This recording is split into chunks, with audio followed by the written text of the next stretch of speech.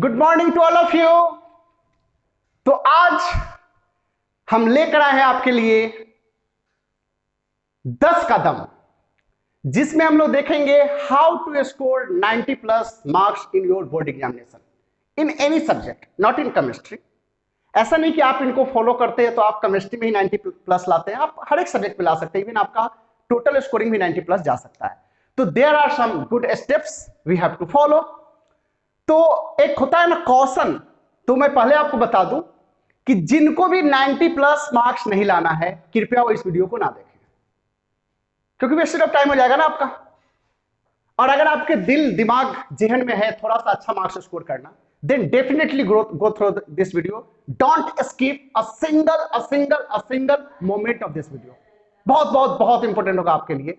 तो आइए हम और आप स्टार्ट करते हैं 10 कदम हमारे इस ब्यूटीफुल चैनल पे, जो आपको बहुत बहुत बहुत इंस्पायर करेगा to got 90 plus marks in your examination. तो चलिए स्टार्ट करते हैं हम लोग 10 का दम। दम से लग रहा है दम एकदम फोड़ देना है 10 के दम में, ठीक है। We have to follow this, फोड़ के रख देना है, छोड़ना नहीं है। 90 प्लस मार्क्स आ जाएगा गारंटेड। तो चलिए कुछ स्टेप तो करना पड़ेगा ना। खाना बनाने के लिए भी जब खाना होता है तो बनाना होता है, सब्जी लाते हैं, दूध लाते हैं, तो स्टेप करना पड़ता है भाई, ऐसे ही नहीं काम चलेगा। ये पहला मोटिवेशनल वीडियो है हमारे चैनल पे आपके लिए, पहला inspirational motivational video. I hope so आप पसंद करोगे इसे और एकदम फाड़ दोगे, गारंटी है। प्लीज फॉलो करना इस स्टेप को। तो आइए सबसे पहले एक खूबसूरत सा हेडिंग दिया है मैंने इसका 10 का दम, और मैंने एक हैशटैग दिया 10 tips for getting 90 plus in chemistry. Even all subjects ये आप कर सकते हैं, दैट्स नॉट बिग इशू। किसी भी सब्जेक्ट में 90 प्लस मार्क्स लाना आपके लिए आसान होगा। मैं केमिस्ट्री की बात नहीं कर रहा, मैं हर एक सब्जेक्ट की बात कर रहा हूं। देखिए सबसे पहला स्टेप, चाहे कोई सिलेबस हो, चाहे हमारा केमिस्ट्री हो या फिजिक्स या मैथ्स या बायो या एनवायरमेंटल साइंस या कंप्यूटर या इकोनॉमिक्स या फिजिक्स, कुछ भी हो, या आप कंपटीशन की तैयारी कर रहे हैं, कुछ भी हो, सबसे पहले हमें क्या करना है, उसका सिलेबस को ओवरव्यू करना है। ये सबसे इंपॉर्टेंट है। सिलेबस ओवरव्यू आपका सबसे इंपॉर्टेंट है, सिलेबस ओवरव्यू करना है हमें। तो सबसे पहले जो स्टेप की बात करते हैं वहां पे हम लोग आते हैं। तो ये सिलेबस ओवरव्यू आपके लिए बहुत जरूरी है। चाहे आप फिजिक्स पढ़ रहे हो, केमिस्ट्री पढ़ रहे हो, बायो पढ़ रहे हो, इवन आप हिस्ट्री से ज्योग्राफी पढ़ रहे हो, कुछ भी पढ़ रहे हो, या आप कंपटीशन की तैयारी कर रहे हो, या यूपीएससी बीपीएससी की तैयारी कर रहे हो, दैट्स नॉट बिग इशू। क्योंकि ये हमारा वीडियो सिर्फ +2 के लिए नहीं है, ये आप ओवरऑल सक्सेस रिलेटेड आपकी चीजें आ जाएगी। तो उसके सिलेबस को ओवरव्यू करो, आप उस सिलेबस में क्या पढ़ना है, कितने चैप्टर्स पढ़ने हैं, किस चैप्टर का कितना वेटेज है, कौन सा चैप्टर मुझे पढ़ना है, कौन सा टॉपिक मुझे स्किप करना है, ये सारा आप ओवरव्यू कर लो। पहले सबसे पहला काम करो बिफोर गोइंग थ्रू स्टडी, सबसे पहला काम आप सिलेबस ओवरव्यू करो। और ये काम आज आप करो, आज करो आप। सबसे पहले आप उसका सिलेबस ओवरव्यू करो और उस सिलेबस को आप ब्रेकअप करो। और ब्रेकअप कैसे करना है, तो आपको मंथली करना है, वीकली करना है, डेली गोल सेट करना है। हम लोग क्या करते हैं, जनरली मंथ का सेट कर लेते हैं कि चलो जनवरी है या फरवरी है, उस मंथ में मुझे 3 चैप्टर्स पढ़ना है। और शुरुआती का 10 दिन यूं ही निकाल देते हैं कि चलो अभी तो 10 तारीख हुआ है, पढ़ेंगे ना, 15 से पढ़ेंगे, 20 से पढ़ेंगे, 25 से पढ़ेंगे, और पता चलता है हमारा गोल अचीव नहीं कर पाते हैं। यहां हमें क्या करना है, सबसे पहले मंथली गोल करना है कि इस मंथ में मुझे 5 चैप्टर पढ़ने हैं, फिर कौन से वीक में कौन से चैप्टर पढ़ने, और डेली कितना मुझे पढ़ना। मतलब ये गोल्स ऐसे सेट करना है कि हर नाइट को मुझे ये लगे कि आज मैंने गोल अचीव नहीं किया। That's very big point. हमें क्या करना है, सिलेबस को बल्कि नहीं बनाना है, हमें सिलेबस को ओवरव्यू करना है, उसको ब्रेकअप करना है। ब्रेकअप मंथली करना है, उसको आपको वीकली करना और डेली करना है। सर मैं ईयरली ब्रेकअप तो कर ही नहीं रहा, और आप लोग क्या करते हो, ईयरली ब्रेकअप करते हो। और एग्जामिनेशन अगर आपका फरवरी में है तो आप दिसंबर से पढ़ना शुरू करते हो, जनवरी से पढ़ना शुरू करते हो, और फिर आपको लगता है कि नहीं ये तो हो नहीं पाएगा। आपको यहां सेटअप करना है। पहले ही मैंने बता दिया 90 plus then go through video. अगर 90 प्लस नहीं चाहिए तो अभी भी there are lot of entertaining video, आप वहां जाओ। लेकिन बाबू मैं गारंटी देता हूं कि अगर आप इस स्टेप को फॉलो करते हो तो आप एकदम लेकर के आओगे 90 प्लस, ठीक है। तो यहां देखो, दूसरा, अगर हम बोर्ड की बात करते हैं, अगर बोर्ड की बात करते हैं तो बुक सिलेक्शन भी हमारे लिए बहुत जरूरी होता है। और बुक्स में मैं आपको बता दूं, एनसीईआरटी टेक्स्ट बुक आपका गीता है, कुरान है, बाइबल है। यूं समझ लीजिए कि अगर आप एनसीईआरटी टेक्स्ट बुक पढ़ लिए तो आपने गीता पढ़ लिया, कुरान पढ़ लिया, बाइबल पढ़ लिया। किसका, केमिस्ट्री का, क्योंकि मैं केमिस्ट्री की भी बात कर रहा हूं बेसिकली।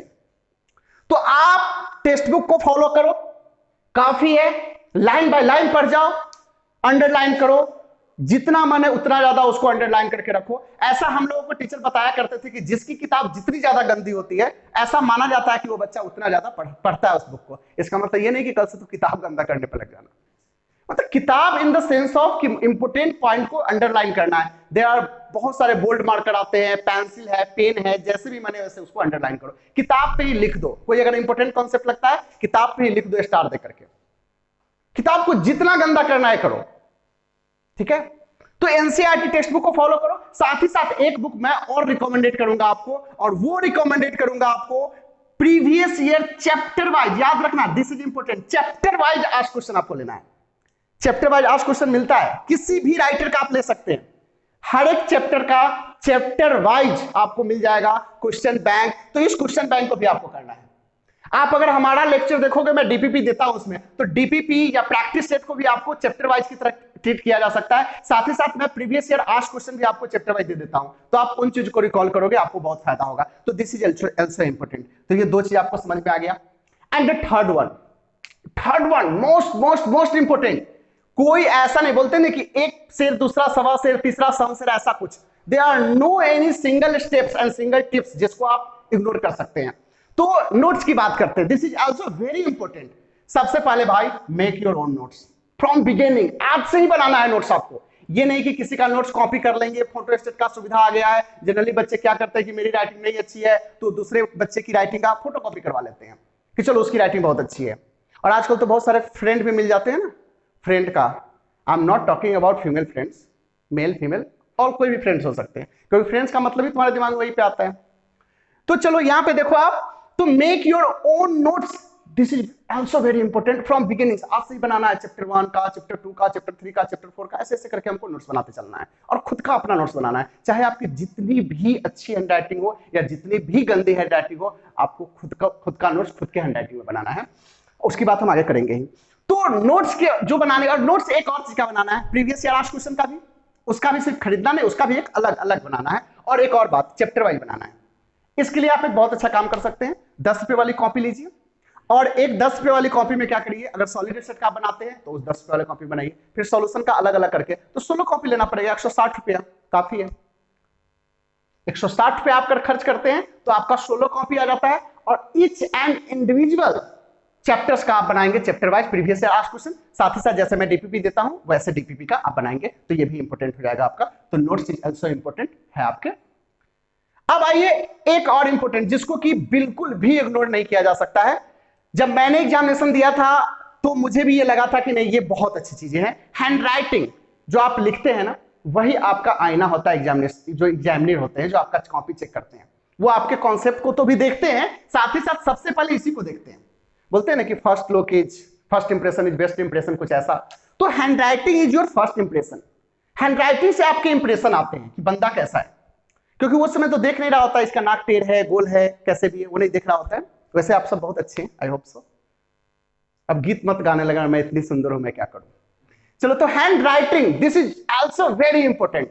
तो हैंड राइटिंग की बात करते हैं तो राइट नीट एंड क्लीन, ये इंपॉर्टेंट है। आपको साफ लिखना है, आपको कोशिश करनी है कट कुट ना हो। अगर कोई वर्ड आप गलत लिख लेते हैं, सपोज करो कि मुझे गलत लिखना है, एप्पल का स्पेलिंग मैंने लिख लिया एप्पल, मान लो ऐसा लिख लिया, ठीक है, अब इतना भी नहीं, तो हम क्या करेंगे एग्जामिनेशन में, या तो इसको ऐसे कट कर लेंगे, काफी है। कितने का आदमी लगता है इसको ऐसे ऐसे कट करने था, कितना गंदा भद्दा दिखेगा, दिख रहा है ना आपको, आप एक सिंगल लाइन से उसको कट कर लेंगे, ठीक है।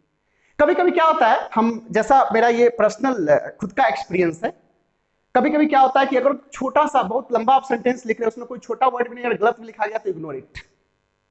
जैसे मान लीजिए मैं कंसंट्रेशन का स्पेलिंग लिखा, या मान लो मैं कुछ स्पेलिंग लिख रहा हूं, सपोज करो रिमेनिंग का स्पेलिंग लिख रहा हूं, REMAIN, फिर ING होता है, लेकिन रिमेनिंग मुझे यही लिखा गया, सपोज करो, ये तो ब्लंडर है ना, ब्लंडर है। लेकिन एग्जामिनेशन में नहीं कट करेंगे, कभी कभी, नॉट ऑलवेज। जब थियोरेटिकल लिख रहे हो, लिटरेचर पेपर लिख रहे हो, ग्रामेटिकली थोड़ा बहुत चलता है।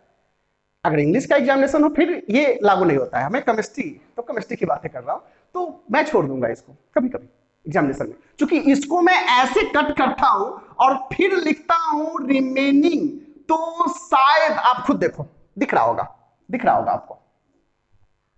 देखो ऐसे भी बता देते हैं, केमिस्ट्री की बात करते हैं तो कॉन्सेप्ट लोग चेक करते हैं, एक दो वर्ड मीनिंग ग्रामेटिकली गलत चलता है, आप ला सकते हो अच्छा मार्क्स। ये शायद पहली बार कोई एक टीचर बोल रहा होगा कि कॉपी में गलत लिखो, शायद, बट मुझे तो पता है, मेरा तो हेडिंग ये है और मैं ला कर रखूंगा और मुझे लाना है और आप लाओगे, मुझे विश्वास है। क्योंकि अगर जितने भी मेरी वीडियो जितने भी लोग देख रहे हैं ना, अगर 5% भी ले आते हैं देन आई एम सक्सेस।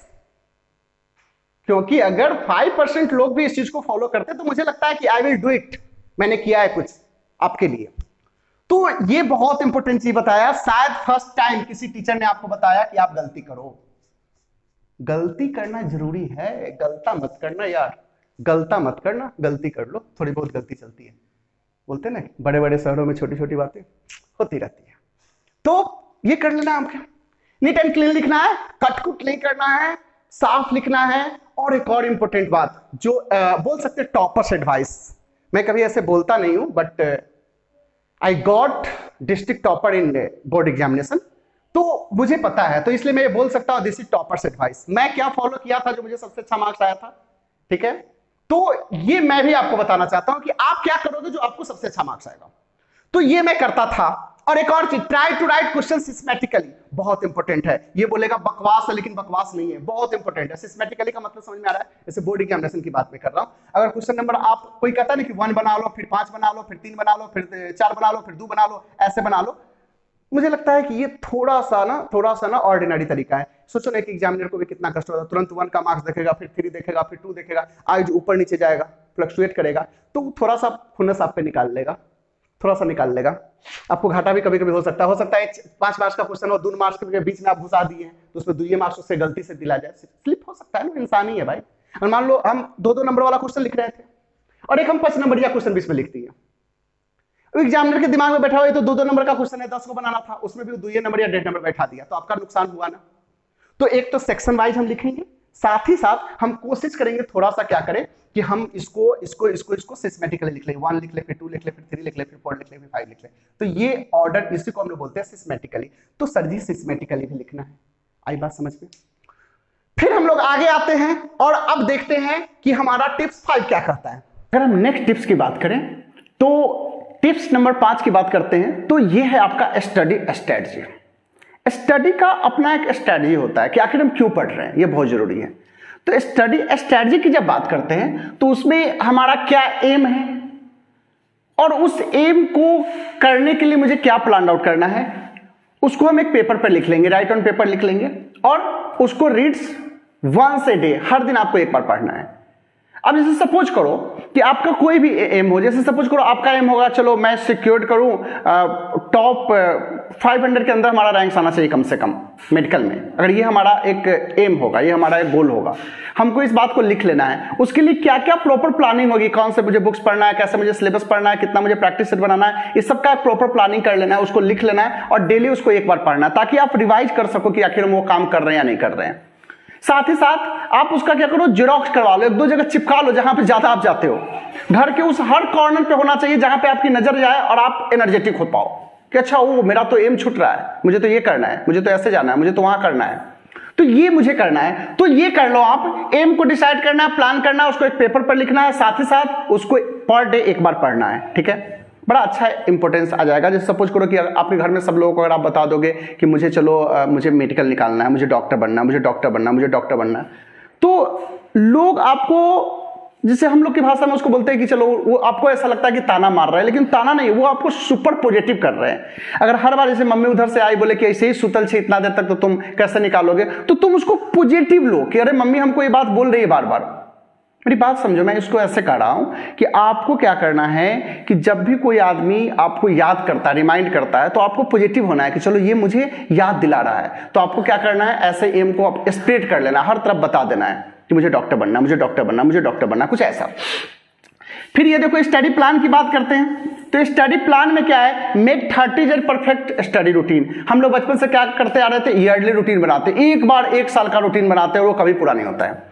हम लोग को मंथली रूटीन बनाना, रूटीन जिसको हम लोग बोलते हैं रूटीन जैसे ना बचपन में बनाते थे, सुबह 5 बजे उठ जाएंगे, 5:30 में हम लोग ब्रश व्रश करके फ्री हो जाएंगे, 7 बजे तक ब्रेकफास्ट कर लेंगे। ऐसा रूटीन आपने भी जिंदगी में कितनी बार बनाया होगा। ये अलग बात है कि एक बार भी आप रूटीन को फॉलो नहीं किए होंगे, 1 या 2 दिन करते हैं फिर उसके बाद छोड़ देते हैं।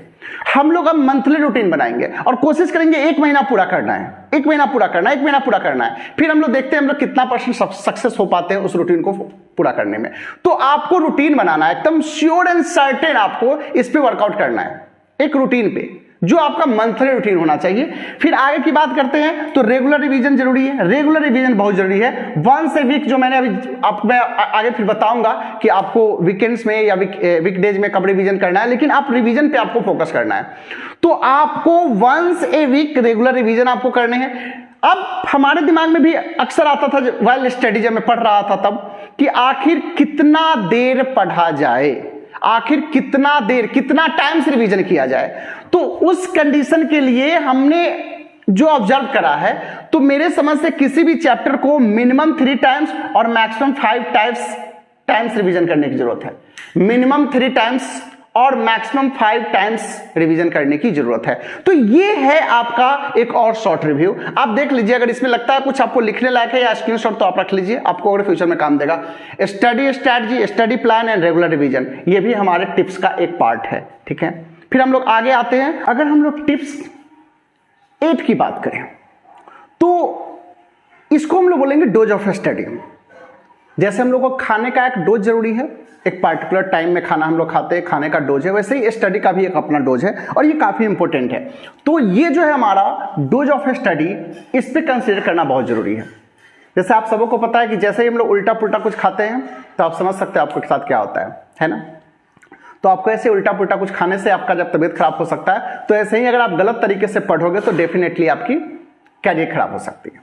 तो तबीयत खराब होने के बाद तो समझ रहे हैं कि उसका ऑप्शन है, कैरियर खराब होने के बाद दोबारा नहीं पॉसिबल है कि फिर से आप रीटेक कर सके, क्योंकि रियल लाइफ में रीटेक का ऑप्शन नहीं होता है। तो उससे बचना है। तो चलिए हम लोग बात करते हैं। देखो, अगर आप स्टडी करते हो, ये सारा का सारा क्या है आपका, तो कंटिन्यूअस स्टडी की बात कर रहे हैं। ये हम बात करें कंटिन्यूअस स्टडी की। अगर कंटिन्यूअसली आप 30 मिनट पढ़ते हैं, और इधर हम जो बात कर रहे हैं वो हम बात करें ब्रेक की, कि आप कितनी देर का ब्रेक लोगे, बहुत इंपॉर्टेंट है। अगर आप कंटिन्यूअसली ऐसे भी देखो, on a single sitting 30 minute से कम पढ़ाई को तो हम लोग काउंट नहीं करेंगे। कोई 10 मिनट पढ़ लिया, कोई 5 मिनट पढ़ लिया, ये आपका स्टडी ही नहीं है। अब बताओ ना, 5 मिनट कोई कहेगा हम पढ़ लिए तो क्या पढ़ लिया, 10 मिनट पढ़ लिए तो क्या पढ़ लिया।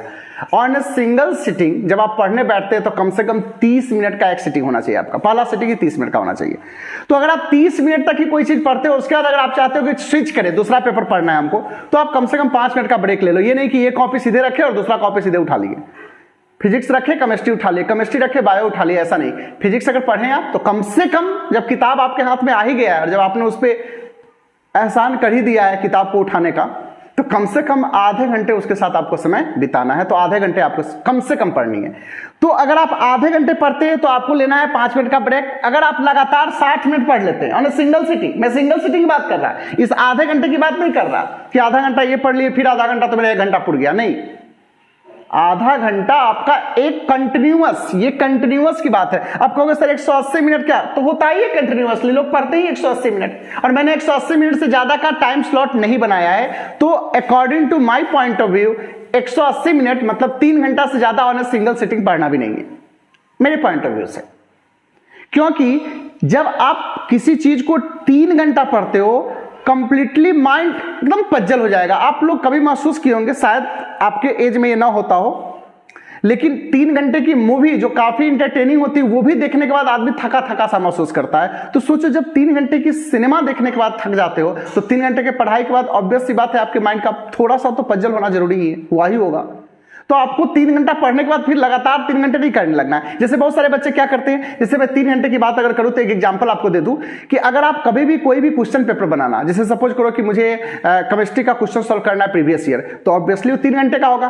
तो 3 घंटे अगर लगातार आप क्वेश्चन बनाते हो तो उसका रिव्यू करना कि कितना सही है कितना गलत है, ये हम तुरंत नहीं करेंगे। ये नहीं कि इधर से क्वेश्चन खत्म किए और तुरंत रिव्यू पे बैठ गए। हम कम से कम 1 घंटा का ब्रेक ले लेंगे। 1 घंटा में जो भी आपको काम करना है, टाइम मोबाइल स्लॉट रख सकते हो, घूम सकते हो, थोड़ा प्ले कर सकते हो, खेल सकते हो, खाना नहाना गीत गाना, बहुत सारा काम आप कर सकते हो, इस बीच में कर लो आप। तो 1 घंटे बाद फिर से हम बैठेंगे उसके साथ और फिर से किसी एक स्लॉट में जाएंगे, 30 मिनट, 60 मिनट, 120 मिनट या 180 मिनट, एज यू विश। एक 3 घंटे के स्लॉट के बाद 1 घंटा के बाद फिर 3 घंटे के स्लॉट आप ले सकते हो, कोई दिक्कत नहीं है, लेकिन 1 घंटे के ब्रेक के बाद। तो ये आपका क्या था, कंटिन्यूअसली स्टडी का, और ये था आपका ब्रेक का। हालांकि यहां पे मैं एक चीज और आपका क्लियर कर देना चाहूंगा कि जैसे सपोज करो आपको क्या करना है बेटा, आपको थोड़ा सा लॉन्ग आवर सिटिंग को बढ़ाना है। लॉन्ग आवर सिटिंग को ऐसा समझिए, हम बात करते हैं लॉन्ग आवर सिटिंग की बात करते हैं। लॉन्ग आवर सिटिंग को आपको क्या करना है, बढ़ाना है। मतलब कम से कम 2 hour plus 3 hours plus 3 hours का आपका वीक डेज में ये कम से कम आपका सिटिंग होना चाहिए, लॉन्ग आवर। वीक डेज की मैं बात कर रहा हूं तो मंडे से फ्राइडे को हम लोग वीकडेज बोलते हैं और सैटरडे संडे को हम लोग वीकेंड्स बोलते हैं। तो वीक डेज में कम से कम 3 6 2 8 घंटे की स्टडी आपको चाहिए। सेल्फ स्टडी की मैं बात कर रहा हूं, ट्यूशन टाइम की बात मैं नहीं कर रहा। और वीकेंड्स की बात करते हैं तो 2 आवर्स प्लस 2 आवर्स प्लस, आप ऐसा कर लीजिए 2 आवर्स प्लस 2 आवर्स कर लीजिए, ज्यादा अच्छा है। 7 आवर्स रखिए, 2 आवर्स और 3 आवर्स का स्लॉट रखिए, क्योंकि इस बीच में आपको ट्यूशन वगैरह भी तो जाने हैं। जनरली आपके पास ट्यूशन भी होंगे, ट्यूशन क्लासेस भी वीक डेज में काफी होते हैं, तो आप वीकेंड्स में थोड़ा सा बढ़ा लेंगे हम लोग। तो 3 आवर्स का 2 स्लॉट इसमें कर लेते हैं हम लोग।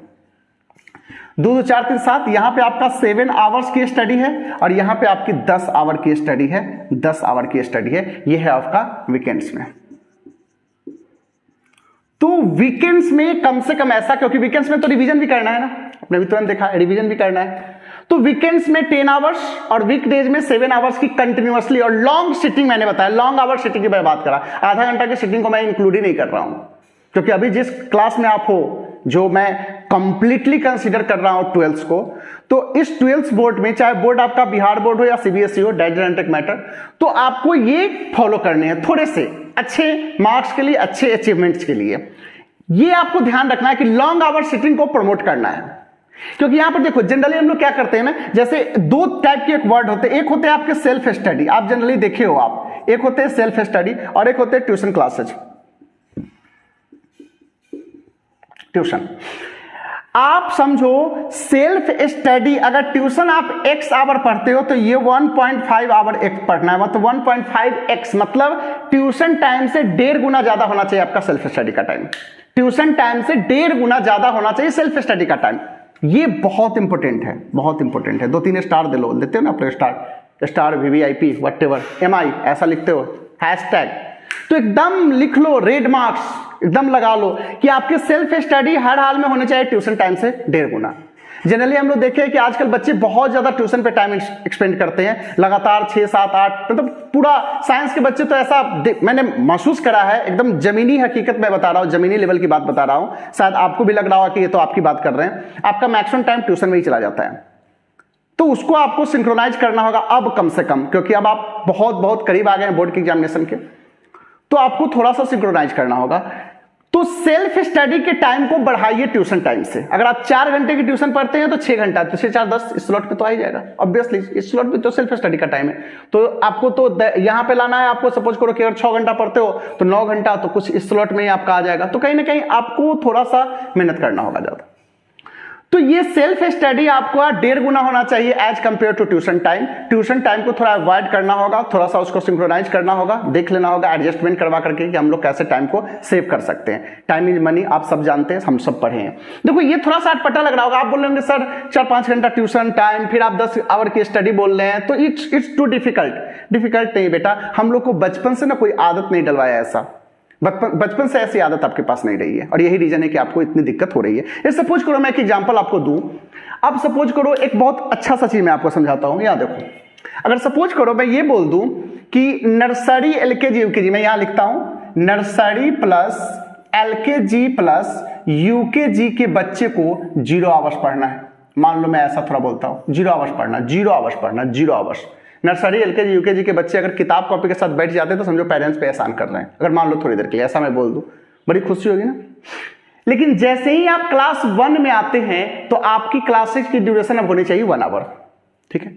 तो क्लास 2 में जाने के बाद आपको ही पता, अब तो बोलने की जरूरत नहीं, क्लास 2 में जाने के बाद कितने होने चाहिए, 2 आवर। क्लास 3 में 3 आवर, 4 आवर, ऐसे। तो अब किस क्लास में आप हो समझ सकते हो आप, और उसके अकॉर्डिंग कैलकुलेशन कर लो ना आप, मैथ्स तो ऐसे भी आपका स्ट्रांग है। तो ये बड़ा इंटरेस्टिंग है कि 10 क्लास में 10 आवर, 9 में 9 आवर, तो 11th में 11th आवर, 12th में आप समझ सकते हो 12th आवर। इसलिए कहा जाता है जब यूपीएससी बीपीएससी की तैयारी करते हैं लोग तो 14 घंटा 15 घंटा पढ़ लेते हैं। ऑब्वियसली पढ़ लेते होंगे, पढ़ लेते हैं, इसमें आश्चर्य की क्या बात है। उन्होंने एक आदत माइंड सेट बनाया है ना, उन्होंने प्लान किया है, राइट ऑन पेपर किया है, उसके अकॉर्डिंग स्ट्रेटजी फॉलो कर रहे हैं। आपको भी उसके अकॉर्डिंग स्ट्रेटजी फॉलो करना होगा। ये लॉन्ग सिटिंग अरेंजमेंट की बात करते हैं ना, ये लोग बहुत अच्छे से वो लोग फॉलो करते हैं। आप लोग जो हमेशा ये ढूंढते हो ना कि सर अगर इतना घंटा पढ़ेंगे तो नहाएंगे कब, खाएंगे कब, कपड़ा कब साफ करेंगे, मतलब हम कब करेंगे ये सब चीज, सर यही करेंगे ना, इस गैप में करेंगे ना, इस गैप में करेंगे। जनरली वो लोग ऐसा ही करते हैं, जितने भी यूपीएससी पीसीएस वाले जो बच्चे होते हैं जो तैयारी करते हैं वो लोग यही करते हैं। जैसे 5 मिनट का ब्रेक लेते हैं तो जनरली ये उन लोग का टाइम सिगरेट वगैरह पीने का टाइम होता है। ये ऐसा, मतलब मैं नहीं बोल रहा, लेकिन मैंने महसूस करा कि जब मैं लक्ष्मी नगर में था तो बहुत सारे बच्चों को ऐसा देखता था, सो मेरे दिमाग में ऐसा आ गया। अब ये नहीं कि हर यूपीएससी बीपीएससी तैयारी करने वाला ये करता है तो फिर तुम लोग भी फॉलो करने लगना, क्योंकि ये सब बहुत डेंजरस है भाई। ये सब कब तुमको अपने गिरफ्त में लेगा तुमको पता भी नहीं चलेगा। तो जितनी ज्यादा से ज्यादा हो सकता है इसको अवॉइड करना है। Not take a single cigarette in your life, कभी नहीं, क्योंकि वो तुमको बहुत बहुत बहुत बहुत परेशान कर देगा। ठीक है, तो ये मेरा एक रिक्वेस्ट है as a big brother, as a teacher, please never accept any bad habit in your life. तो ये चीजें हैं। 10 मिनट का ब्रेक उनका ब्रेकफास्ट वगैरह का होता है, जनरली 30 मिनट 60 मिनट में वो लोग नहाते वगैरह खाते वगैरह, तो ये ब्रेक का भी वो ब्रेक को भी शेड्यूल करके रखे होते हैं। मतलब सोचो कितना इंटरेस्टिंग है। आप और हम क्या करते हैं, एक पढ़ने का टाइम बनाते हैं रूटीन, अब हमें क्या पढ़ना है, उस ब्रेक का भी एक रूटीन बनाना है कि उस ब्रेक में मुझे क्या करना है, उस ब्रेक में मुझे क्या करना है, उस ब्रेक में मुझे क्या करना है। तो ये ऑल्सो आपके लिए बहुत इंपॉर्टेंट है। सेल्फ स्टडी टाइम को बढ़ाना है, ट्यूशन टाइम के अकॉर्डिंग 1.5 गुना रखना है, लॉन्ग सिटिंग टाइम को फोकस करना है, बहुत जरूरी है। आवर, जो नंबर ऑफ आवर्स है उसको आपने तो गलती कर लिया है, बचपन से अभी तक आदत नहीं थी आपको, क्योंकि बचपन में मेरे जैसा कोई आपको मतलब होता है ना कि जमीर को नहीं हिलाना, ऐसा कुछ नहीं हुआ था आपके साथ, लेकिन आज आप समझ रहे होंगे कि it's two important for us. तो ये आपको लॉन्ग आवर स्टडी के साथ आपको डोज ऑफ स्टडी को सही करना है। तो डोज ऑफ स्टडी के बाद फिर फर्दर हम आते हैं, क्योंकि ये 8 है और 9, 10, 10 टिप्स की मैं बात कर रहा हूं, तो चलिए हम 9 टिप्स पे आते हैं। चलिए नेक्स्ट बात करते हैं हम लोग अटेंशन की। तो after study of dose attention भी हमारे लिए उतना ही कंपलसरी है। अटेंशन मीन्स होता है ध्यान। ध्यान कहां देना है, तो अटेंशन टू ऑल सब्जेक्ट पे मुझे ध्यान देना है। अटेंशन टू ऑल सब्जेक्ट कहने का मतलब ये कि जैसे आपका एक होता है पीसीएम, पीसीबी, पीसीबीएम, कुछ ऐसे ग्रुप होते हैं आपके, physics chemistry math, physics chemistry bio, या फिजिक्स केमिस्ट्री बायो के साथ आप एक्स्ट्रा मैथ लेते हो। इनके अलावे जब हम बात करते हैं, जैसे हिंदी हो गया आपके पेपर है, आपके बात करते हैं इंग्लिश आपके पेपर हैं, साथ ही साथ कंप्यूटर एप्लीकेशन,